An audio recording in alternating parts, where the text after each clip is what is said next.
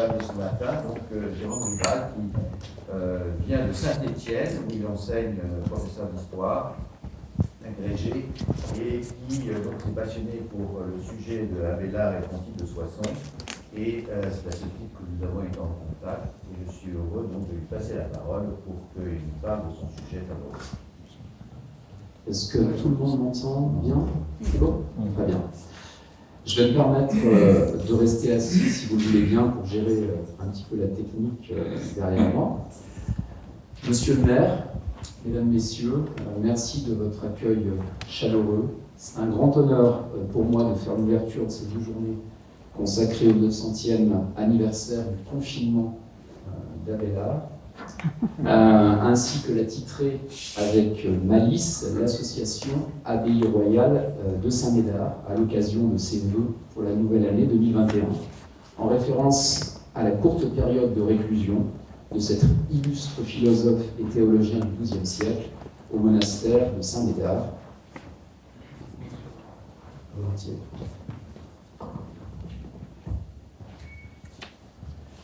Je vous remercie. Merci. Donc à l'occasion de sa courte période de réclusion de cet illustre philosophe et théologien du XIIe siècle au monastère de Saint-Médard, suite à sa condamnation pour hérésie au concile de Soissons. C'est d'abord un grand honneur d'être présent sur les lieux où se trouvait en 1121 la figure tutélaire de l'association culturelle Pierre Abélard, ACPA, que je représente aujourd'hui et qui s'efforce de promouvoir la connaissance et faire connaître autant que faire se peut cette grande figure intellectuelle du Moyen-Âge. C'est une opportunité et un privilège que je savoure à sa pleine mesure. Je partage vraisemblablement un petit point commun avec Pierre Abélard, à 900 ans de distance, la découverte de Soissons. J'espère que la comparaison s'arrêtera là et que vous ne me condamnerez pas, à l'issue de cet exposé, à brûler dans les larmes ce que j'ai écrit. C'est un grand honneur ensuite de la confiance qui m'a été accordée par plusieurs personnes que je tiens à remercier. Puisque cette diapositive fait écho au confinement, qu'il me soit permis de livrer une brève anecdote personnelle qui expliquera comment j'en suis venu à travailler sur Abélard à Soissons.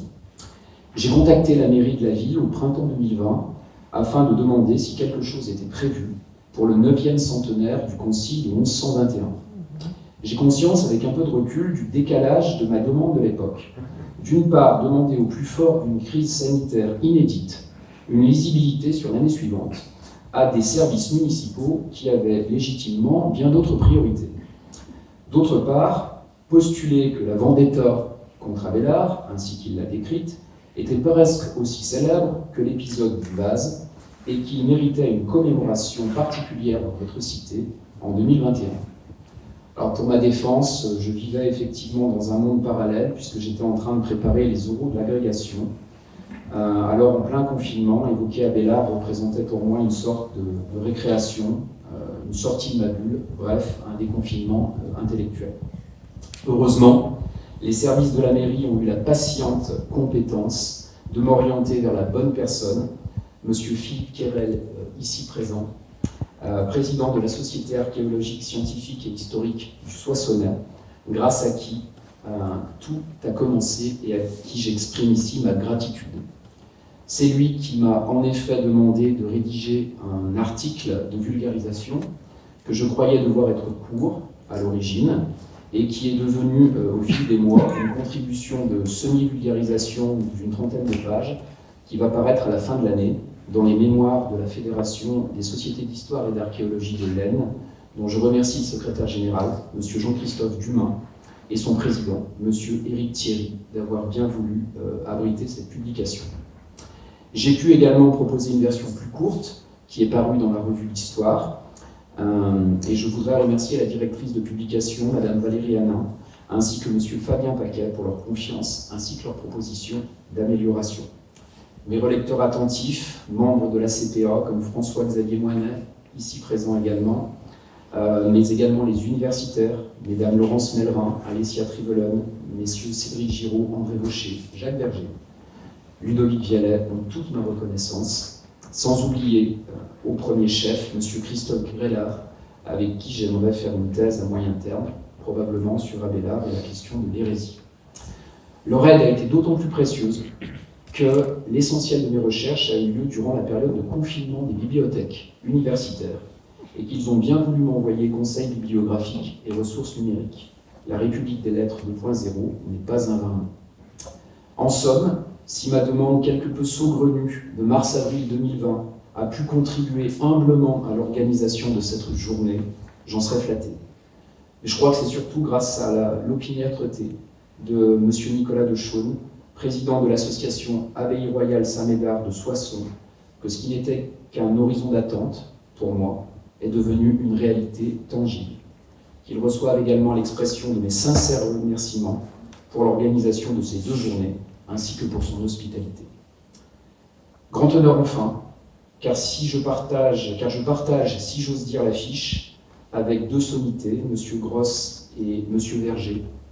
Si j'avais eu l'audace d'imaginer, il y a une vingtaine d'années, que je ferais une conférence sur Abélard en compagnie de son spécialiste incontesté, Jacques Verger, et alors que j'étais ébloui par la lecture de son ouvrage sur l'amour castré, sur Abélard et Héloïse, l'étudiant que j'étais alors et que je suis resté n'y aurait raisonnablement pas cru.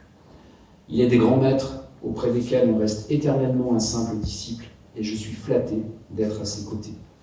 Je fais d'ores et déjà appel à son indulgence, ainsi qu'à celle, sinon du concile ici présent, du moins à celle de votre auguste cénacle. J'ai déjà été trop long, mais je ne peux terminer ces propos liminaires sans avoir une pensée émue pour notre ancien président de l'association culturelle Pierre Abélard entre 1996 et 2016, M. Guy de Mongeau, décédé dans sa 84e année au début de l'été, et sous la présidence de qui l'action de l'association a pris pleinement son envol pour sortir des confins, étymologie du mot déconfinement, pour sortir des confins de l'Ouest, prendre de l'envergure donc, mais aussi de la notoriété, notamment avec la création du site pierreabélard.com par son frère Henri, et la mise en valeur avec son épouse Françoise du donjon natal d'Abélard au Palais, son lieu de naissance. Hommage et grâce lui soient rendus. Je vais commencer.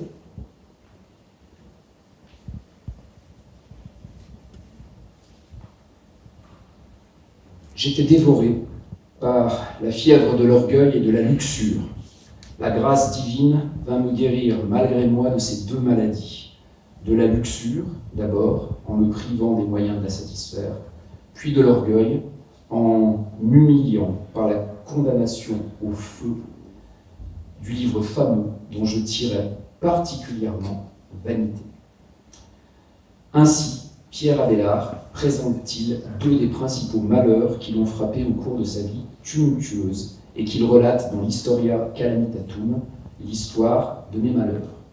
Si l'une de ces infortunes est restée célèbre, ses amours tragiques avec Héloïse, son étudiante, conclue par sa castration à la suite de la vengeance orchestrée par l'oncle de la jeune femme, l'autre calamité, sa condamnation pour hétérodoxie au concile de Soissons, est davantage oubliée. En raison notamment du manque de sources limitées à 2 récits contemporains. À titre de comparaison, le concile de Sens, qui 20 ans après condamne Abélard pour la seconde fois, a laissé beaucoup plus de traces, que ce soit dans la documentation, c'est le procès en hérésie le mieux connu du XIIe siècle, selon Michael Clanchy, l'auteur de la biographie de référence sur Abélard, ou dans l'historiographie. Pour autant, l'histoire de mes malheurs offre une source absolument exceptionnelle. En 1996, l'historien Jacques Verger, ici présent, s'exprimait ainsi au micro des Lundis de l'Histoire, avec Jacques Le Goff, Jean Jolivet, Guy Aubrichon, et il disait ceci à propos du concile de Soissons. Les pages consacrées dans l'histoire de mes malheurs au concile de Soissons me semble être parmi les pages les plus impressionnantes de ce texte et qui rendent très bien, vu de l'intérieur, vu par la victime, l'atmosphère d'un procès qui n'est pas encore un procès d'inquisition, mais qui en a déjà certains aspects, qui n'est plus une controverse entre philosophes ou entre théologiens, et on en voit très bien le fonctionnement de la mauvaise foi, de la machine inquisitoire qui se met en branle pour broyer un homme. N'hésitez pas, si vous en avez l'occasion, à réécouter cette émission, parce que par la magie d'Internet, cette émission est écoutable sur YouTube, de même que sur notre site pierreabélard.com. Cette émission qui dresse une biographie d'Abélard est absolument remarquable. Pour autant, l'histoire de mes malheurs n'est pas une autobiographie au sens moderne du terme. Abélard s'y donne généralement le beau rôle, et c'est davantage le récit d'une confession, d'une conversion. Les mots TS, servent à penser, avec un E, et à penser, avec un A, les mots MAUX. Abélard leur donne une signification, inscrite dans un dessin providentiel qui vise à édifier son lecteur, outre les vertus thérapeutiques pour son auteur. Pour le dire autrement et simplement, à celui qui le lit, voilà comment la miséricorde divine, en qui il faut avoir confiance, a sauvé Abélard des péchés de luxure et d'orgueil, contribuant ainsi à assurer le salut de son âme. C'est donc à travers ce prisme abélardien que l'historien essaie de reconstituer les événements en le complétant par un autre récit bien informé. Cet autre récit est celui d'Othon, évêque de Freising, qui a peut-être suivi l'enseignement d'Abélard dans sa jeunesse, dans les années 1125-1135, à Paris, mais dont le récit, lui aussi, est à manier avec précaution. Cette condamnation est également un observatoire privilégié pour scruter le panorama culturel et religieux dans lequel elle s'inscrit, ainsi que les évolutions dont elle peut se faire l'écho.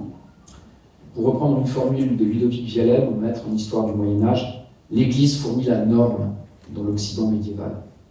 Tel est le cadre de pensée dans lequel évoluent les hommes et les femmes de cette époque. Cet horizon conceptuel s'accompagne d'une triple dynamique en cours du temps d'Abélard.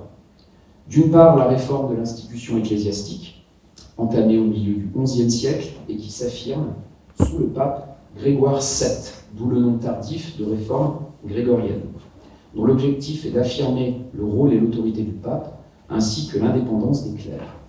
Elle vise aussi à mieux distinguer les hommes d'Église des simples fidèles. Le clergé doit être irréprochable, que ce soit par sa formation, avec une instruction plus solide, ou dans ses mœurs. Le célibat des clercs, notamment, s'impose à partir de cette époque. D'autre part, conséquence directe de la reprise en main par la papauté et du durcissement impulsé par la réforme grégorienne, ce que l'historien Robert Moore a appelé l'affirmation d'une société de persécution, illustrée par le regard plus sévère jeté sur des écrits ou des comportements volontiers qualifiés d'hérésie ou d'hérétiques, c'est-à-dire d'un choix erroné en matière de foi de la part de mauvais chrétiens du point de vue de l'Église. Enfin, la dernière dynamique qui recompose en profondeur l'arrière-fond médiéval, mêlé de sagesse antique, est la renaissance du XIIe siècle, avec l'essor économique, le développement des villes. On assiste à côté des écoles monastiques à un renouveau scolaire, marqué par la multiplication des écoles urbaines, avec un véritable bouillonnement intellectuel, du fait des débats foisonnants entre maîtres et élèves venus de tout le monde latin, ainsi que de leur inventivité, souvent contrainte faute de texte. Bref, ce que Jacques Verger a appelé le siècle des écoles est marqué par un courant novateur dont Abélard est le héros. Réforme grégorienne, émergence d'une société de persécution, renaissance du XIIe siècle, telles sont les composantes essentielles du contexte historique, celui d'un moment de profonde transformation, à rebours de l'image datée d'un Moyen-Âge immuable, auquel participe pleinement Pierre Abélard. Pourquoi cet illustre professeur, qui incarne les nouvelles aspirations du temps et qui symbolise la naissance de l'intellectuel au sens moderne du terme, fait-il l'objet d'une condamnation à Soissons? Quels sont les enjeux de cette affaire? Est-elle originale? S'inscrit-elle dans la veine des procès précédents, sanctionnant les hérésiarques, auteurs d'hérésie, et les hérétiques? Il s'agit de réfléchir à nouveau frais en rouvrant les débats, afin de percevoir les causes, le déroulement et les mémoires successives du Concile de Soissons. Je commencerai tout d'abord par la genèse de ce procès, en posant la question: celui par qui le scandale arrive, Pierre Abélard ou Rosselin de Compiègne? Je vais y revenir. Au seuil de la décennie 1120, l'accusé, Pierre Abélard, est un professeur virtuose de 42 ans, très admiré, très discuté. Le siècle des écoles a trouvé en Abélard son héros, et cette soif de comprendre typique de la Renaissance du XIIe siècle. Sa personnalité iconoclaste lui vaut cependant bien des inimitiés. Au récit élogieux de l'ascension d'Abélard selon son autobiographie s'oppose le portrait dressé par Othon, beaucoup moins flatteur, qui permet d'offrir un contrepoint intéressant à l'histoire de mes malheurs. Il souligne les qualités intellectuelles, incontestables d'Abélard, mais aussi son incommensurable orgueil, qui l'aveugle.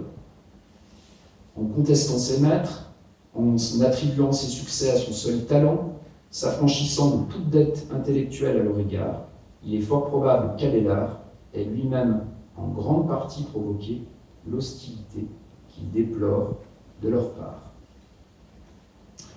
Ce ressentiment se manifeste notamment par les accusations d'hérésie trinitaire que son premier mentor, Rosselin de Compiègne, adresse à l'évêque de Paris contre son ancien élève. Rosselin de Compiègne a vraisemblablement été le premier maître d'Abélard du côté de Loches. Abélard est né au Palais, à 20 km de Nantes, et a remonté la vallée de la Loire pour suivre un certain nombre de cours, d'abord à Loches, puis du côté de Paris. Il s'est également rendu à Laon, j'aurai l'occasion d'y revenir.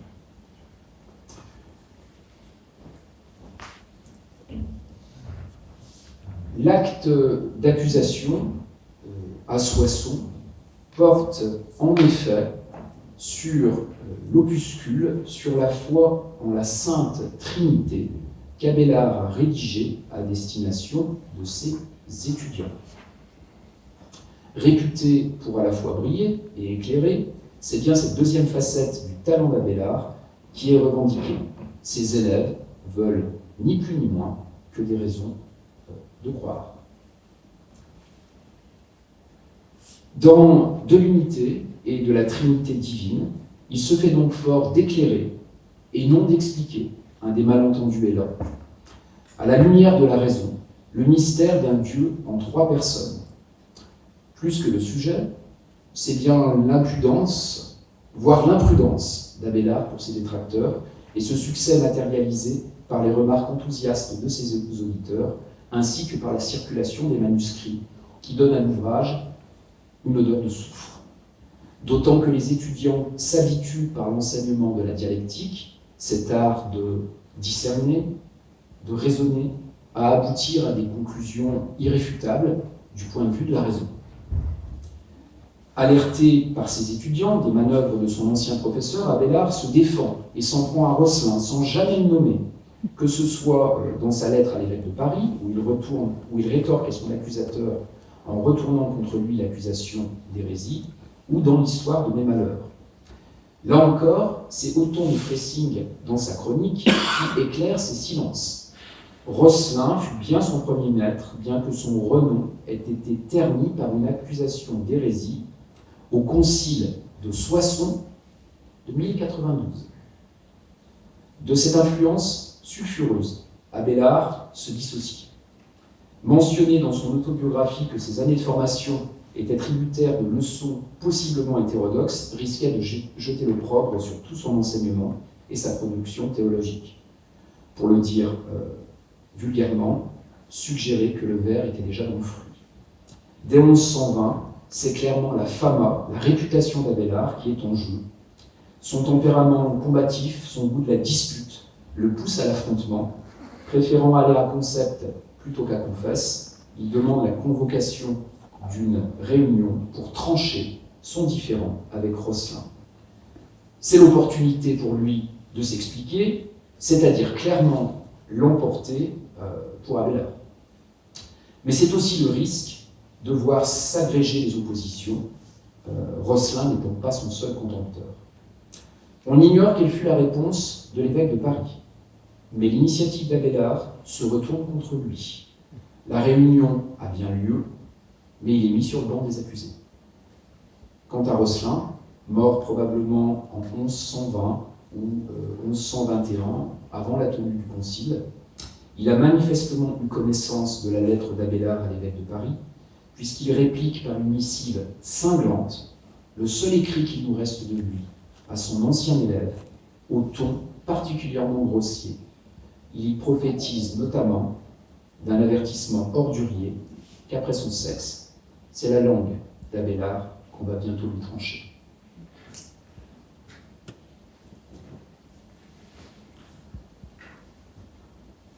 Dans une deuxième partie, j'aimerais m'intéresser, après la genèse de ce procès, j'aimerais m'intéresser au déroulement en lui-même du concile et du procès,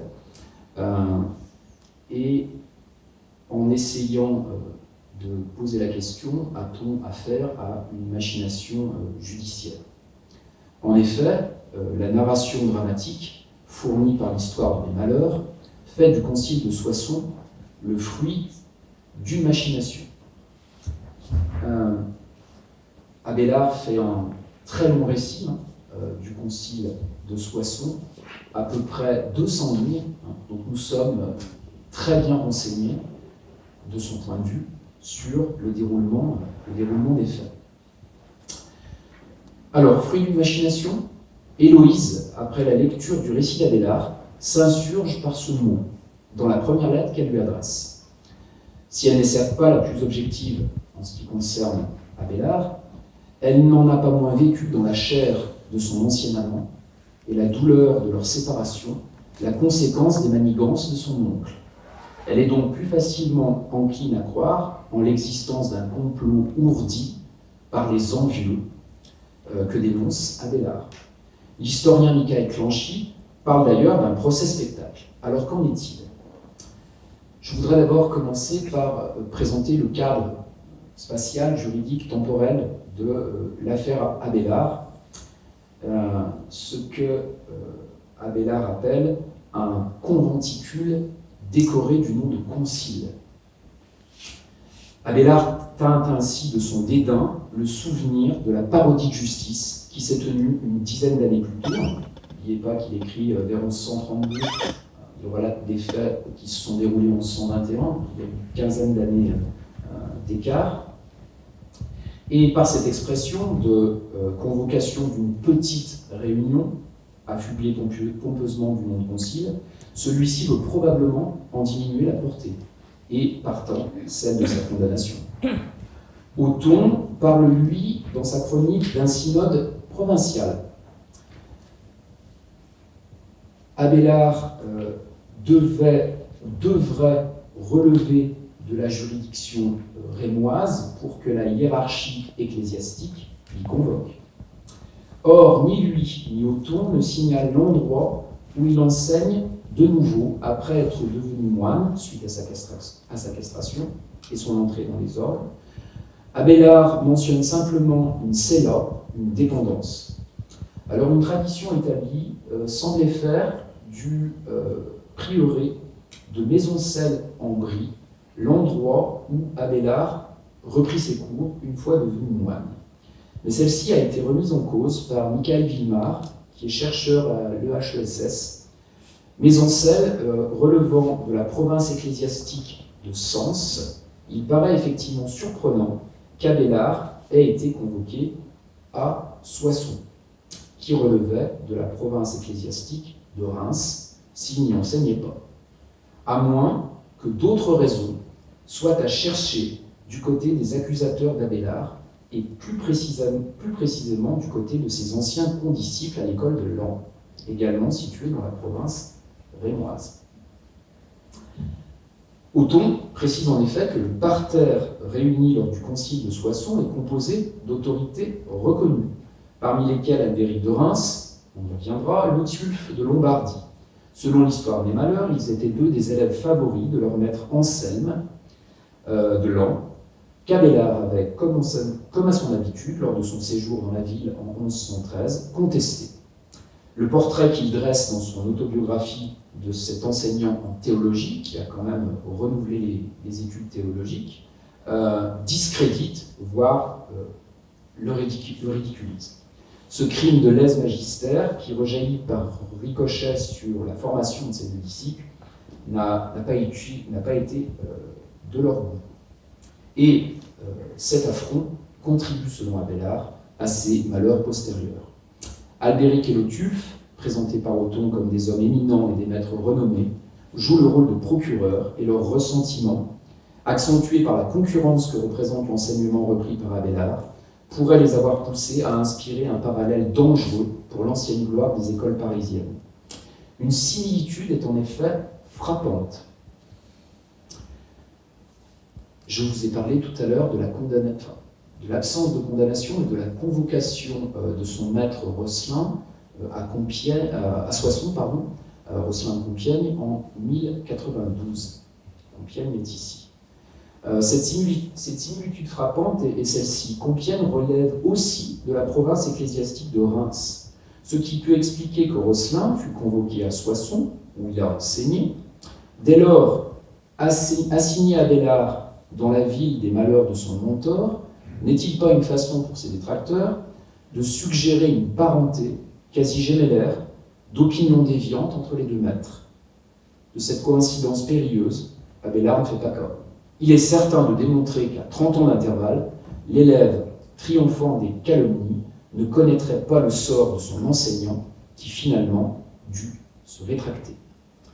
C'est donc vers probablement mars-avril 1121 qu'a lieu le concile, qui ne devait pas parler que de l'affaire Abélard, et qui, comme tout synode provincial, évoque notamment tout ce qui va concerner la hiérarchie ecclésiastique et puis les affaires internes au diocèse ou à la province ecclésiastique.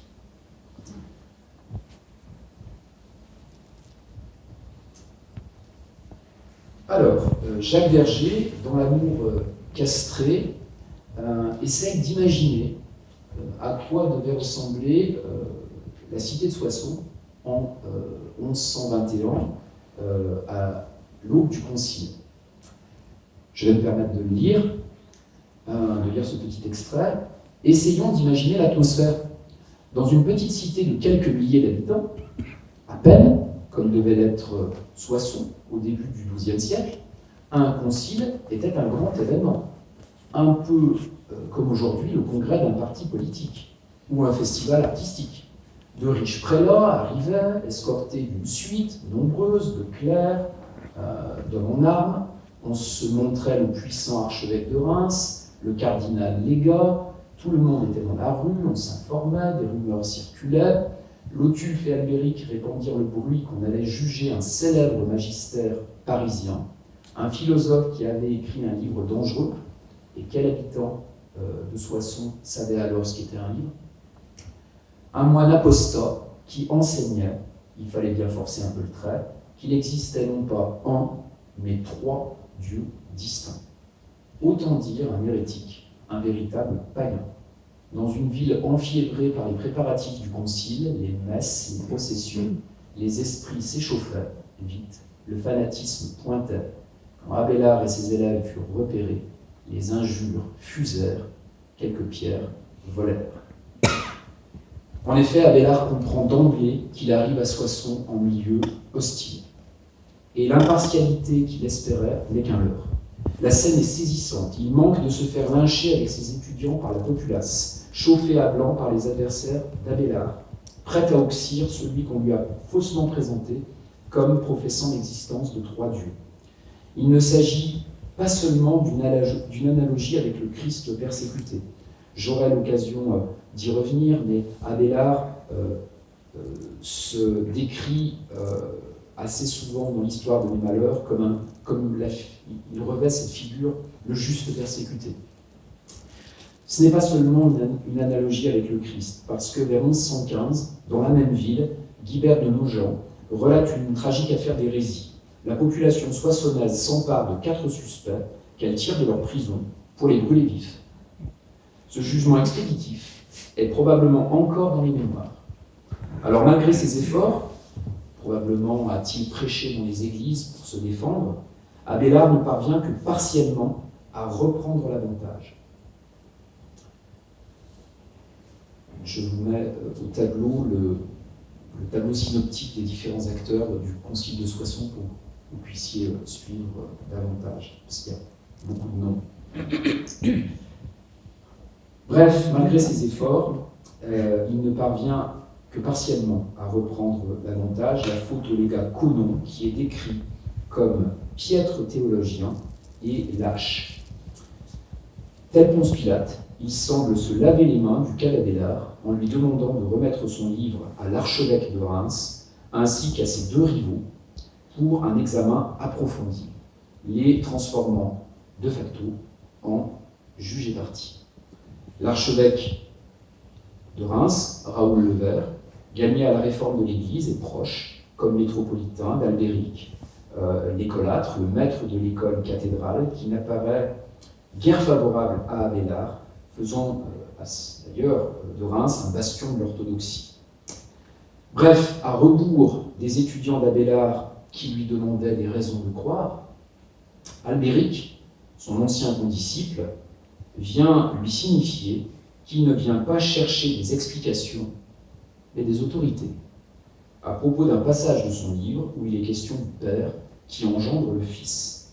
Il vient ainsi affronter Abélard sur le terrain où il l'estime le moins assuré, non l'argument rationnel, mais l'argument d'autorité.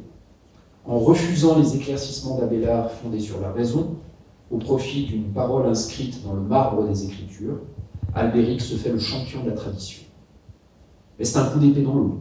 Avec brio, Abélard retourne l'accusation d'hérésie, l'accusation d'Albéric contre lui, qui en perd son sang-froid. Le sort d'Abélard n'est d'ailleurs pas scellé, car il n'a pas que des ennemis dans la place. Il est protégé par de puissants personnages, ce qui explique aussi son ascension, même s'il m'en dit guère de mots dans son histoire de mes malheurs. En tout cas, à Soissons, un maître d'école, peut-être Thierry de Chartres, prend la parole en sa faveur. Puisant dans la Bible un cas de diffamation contre la belle et pieuse Suzanne, innocentée par Daniel après avoir été faussement accusée d'adultère par 2 vieillards concupiscents auxquels elle s'était refusée. Mais c'est surtout en Geoffroy de Lèves qu'Abélard trouve son plus ardent défenseur. C'est l'évêque de Chartres. Et en tant qu'évêque de Chartres, il n'est pas suffragant de l'archevêque de Reims. Et il a une plus grande liberté de parole, en plus de sa réputation de sagesse, qu'Abélard mentionne habilement dans son récit. Mais les 2 propositions de conciliation de l'évêque de Chartres, entendre l'accusé se défendre, ce qui est inacceptable pour ses rivaux. Le risque qui l'emporte est trop grand. Puis convoquer une nouvelle réunion, rassemblant un cénacle plus conséquent, plus compétent, ne remporte pas les suffrages.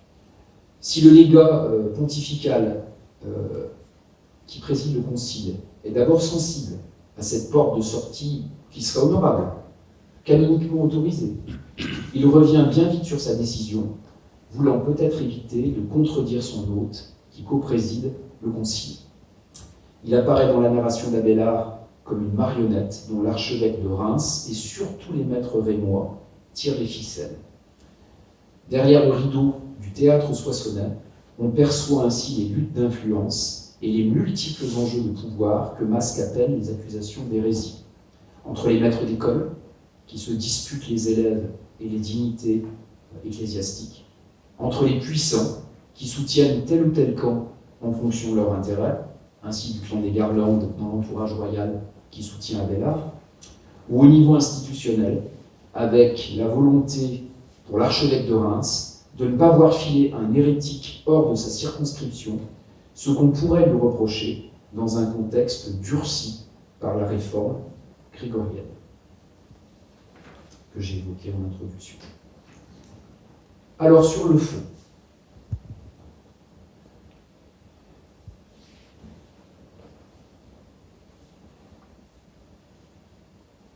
fond, Abélard n'a rien à se reprocher et rien n'a été trouvé à redire sur son ouvrage, ce qui, selon lui, empêche ses accusateurs de le condamner sur le fond. Alors là encore, c'est la chronique d'Othon qui vient compléter le récit abélardien, en précisant le motif précis de sa condamnation. Sabellianisme, du nom de Sabellius, un hérésiarque du IIIe siècle, qui niait la distinction entre les trois personnes de la Trinité, faisant du Père, du Fils et du Saint-Esprit différents aspects du Dieu unique, plutôt que trois personnes distinctes. Alors, cette différence de doctrine peut paraître subtile aux yeux du Béotien, mais pas à ceux des lettrés du temps, pour qui se réveille le souvenir des antiques hérésies, agitées comme un terrible épouvantail. Pourtant, Abélard a pris soin dans son traité de se mettre à distance de l'hérésie doctrinale de Sabellius.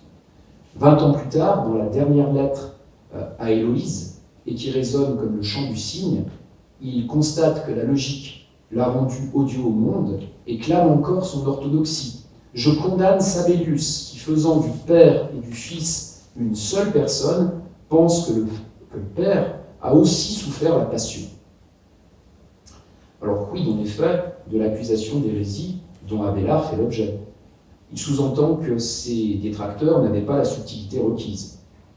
Othon nuance l'absence de responsabilité de l'ancien maître parisien, lui qui aurait appliqué sa méthode dialectique de manière téméraire à la théologie.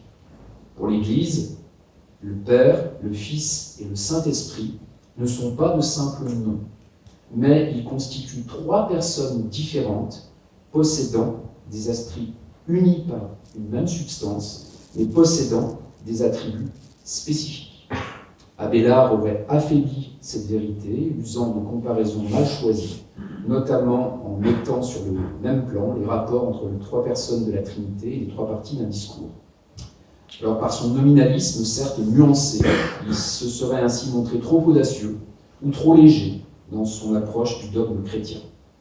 Jean Jolivet, spécialiste de la théologie d'Abélard, suggérait que son ouvrage, ou plutôt son ambition, avait été mal compris. Constant Mules souligne quant à lui que ce traité comporte quelques faiblesses structurelles. Abélard définit lui-même ce qu'est un hérétique dans son traité. Je cite, « Ce n'est pas l'ignorance qui fait l'hérétique, c'est l'orgueil. Quand un homme désire se donner du renom par quelque nouveauté, évidemment, il se fait couloir de produire quelque chose d'inusité et s'efforce de le défendre contre tous pour paraître supérieur à tous, ou pour éviter d'être tenu pour inférieur aux autres si son opinion est réfutée. Ceux qui font profession de dialectique se laissent d'ordinaire très facilement entraîner à cela. Plus ils se disent armés de raison, plus ils sont hardis à défendre ou à attaquer sans retenue, ceci ou cela. Si grande est leur arrogance qu'à leur avis, il n'est rien que leur chétif raisonnement ne puisse contenir et expliquer. » Alors, dans cette définition de l'hérésie, il est très probable que Abélard décrit son maître Rosselin. Mais on pourrait aussi y lire, lui l'orgueilleux, son propre portrait. Mais c'est aussi, sur la forme, une absence de légitimité à un double niveau qui va être reprochée à Abélard. Et d'abord, celle d'un moine à enseigner. Quelqu'un ayant fait vœu de silence peut-il continuer à professer? Rosselin pointe la contradiction, citant saint Jérôme. Le moine n'a pas pour fonction d'instruire, mais de pleurer sur lui-même, ou le monde est d'attendre en tremblant la venue du Seigneur.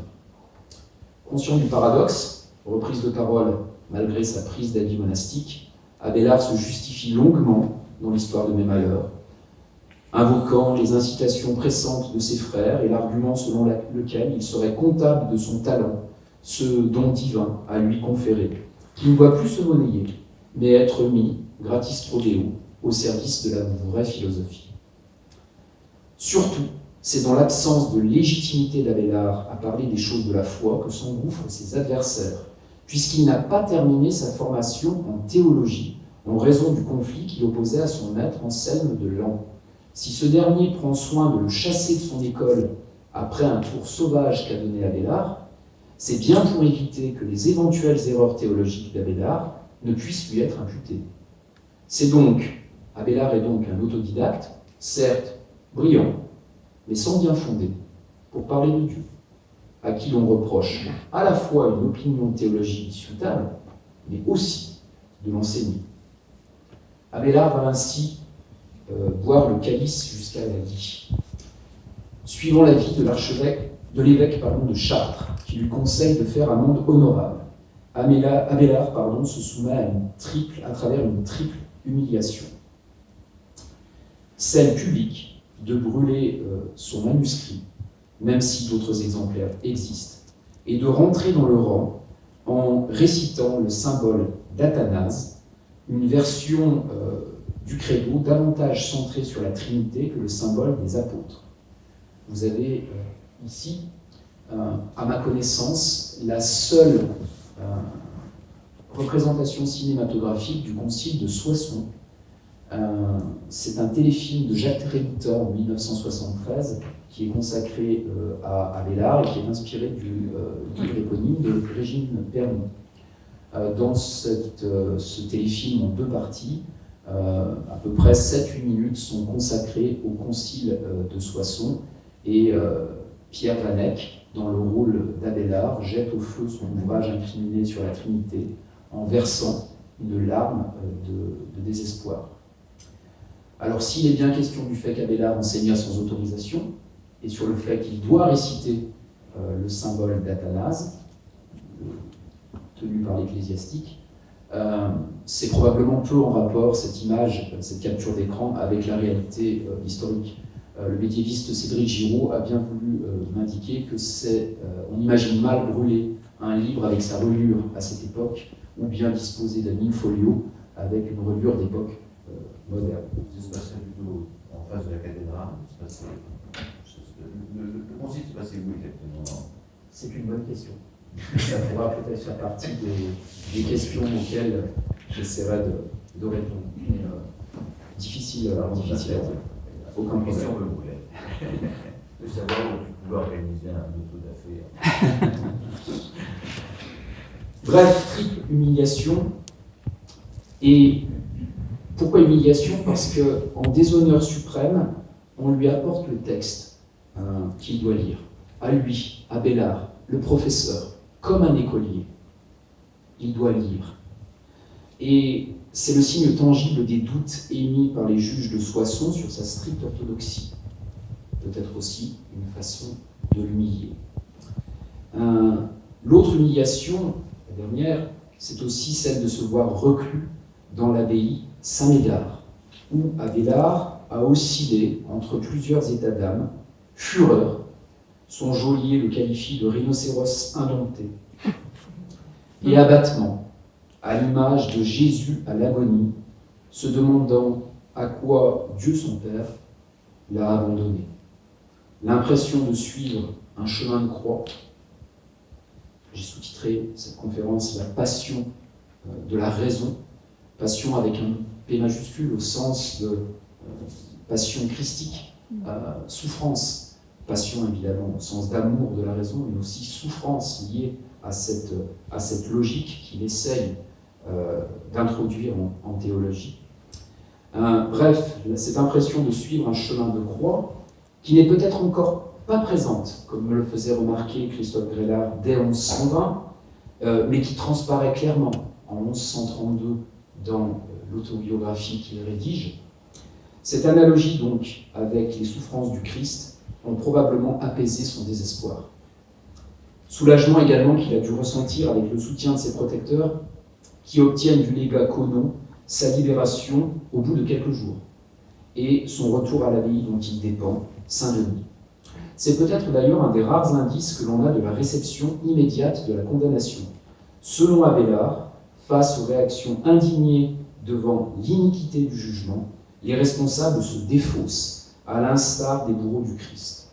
Conon accuse les manigances des Français, se déclarant étranger, lui, l'Allemand, à leur agissement, semblant confirmer qu'il fut bien un Ponce Pilate, pris entre le marteau des accusateurs rémois et l'enclume de ses prérogatives papales, concurrencées par celle de l'évêque de la cité archiépiscopale.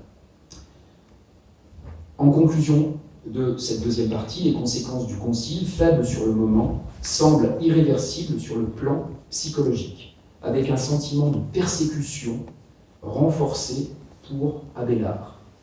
C'est bien seul qu'il tente de rebondir, malgré la main tendue par certains contemporains. Pierre le Vénérable, qui a été élu abbé de Cluny en 1122, a appris la condamnation de Pierre Abélard et lui adresse déjà une véritable lettre de consolation à un ami qui lui offre le refuge clunisien. Si Abélard ne donne pas suite pour l'heure, il cherche la paix de l'âme dans la tentation de l'érémitisme, avec sa fondation du Paraclet, et dans l'étude, une réponse probable à l'angoisse pour son salut, en remaniant en permanence sa théologie, un chantier toujours ouvert, toujours repris, work in progress, d'une pensée en mouvement et en tension au fil de ses travaux et des attaques dont il fait l'objet. Je voudrais terminer cet exposé par quelque chose que je n'ai pas pu évoquer dans l'article pour l'histoire, qui relève des mémoires du concile de Soissons, que j'ai intitulé « Soissons après Soissons ». En effet, à défaut d'avoir les décrets conciliaires, on peut néanmoins scruter quelles furent ces mémoires successives, ces réceptions au fil du temps, par quelques coups de sonde opérés